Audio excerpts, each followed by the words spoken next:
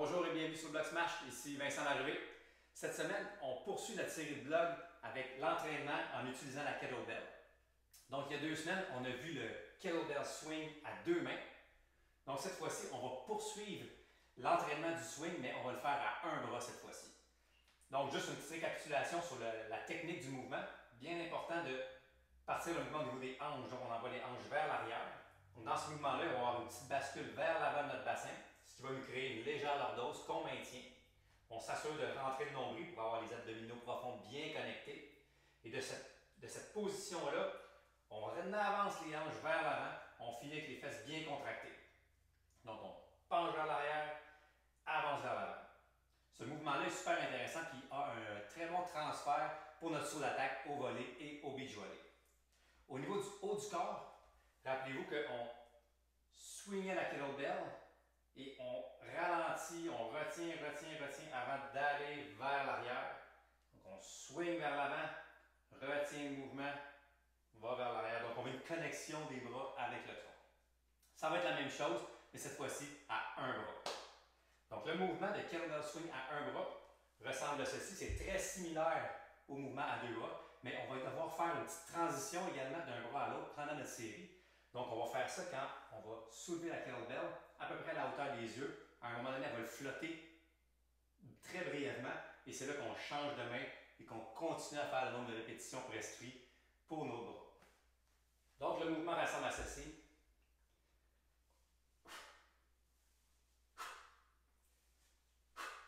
Transition.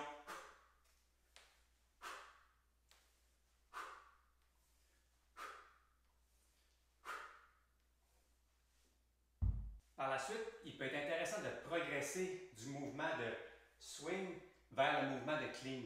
Le mouvement de clean est un mouvement d'entraînement en soi, mais il nous permet aussi d'amener la kettlebell à l'épaule, donc en position de rack.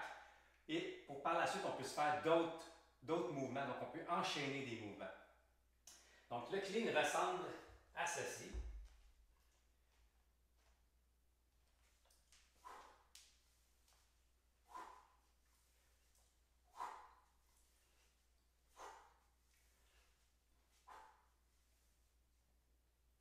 Quand on commence à s'entraîner et à utiliser le mouvement de clean, il n'est pas rare que la kettlebell fait quelque chose comme ça.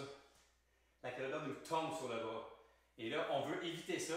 Donc, pour éviter ça, ce qui va être important de faire, en fait, au ralenti, le mouvement du clean, ce qui se passe, c'est qu'on swing la kettlebell à peu près jusqu'à la hauteur, quand elle est à la hauteur des hanches, on va vouloir la tirer vers nous pour ensuite insérer la main dans la poignée et finir la kettlebell en position de rack à l'épaule.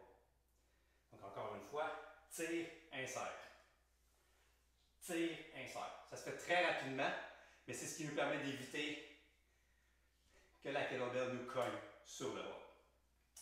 Ça prend quelques répétitions pour l'entraîner et le pratiquer, mais une fois qu'on l'a saisi, la transition est de plus en plus fluide et la kettlebell rentre tout doucement et vient s'apposer sur le bras sans cogner.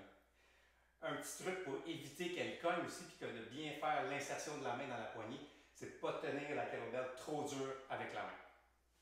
Au niveau des paramètres d'entraînement, vous pouvez viser un 6 à 8 répétitions par bras, soit au niveau du swing ou au niveau du clean.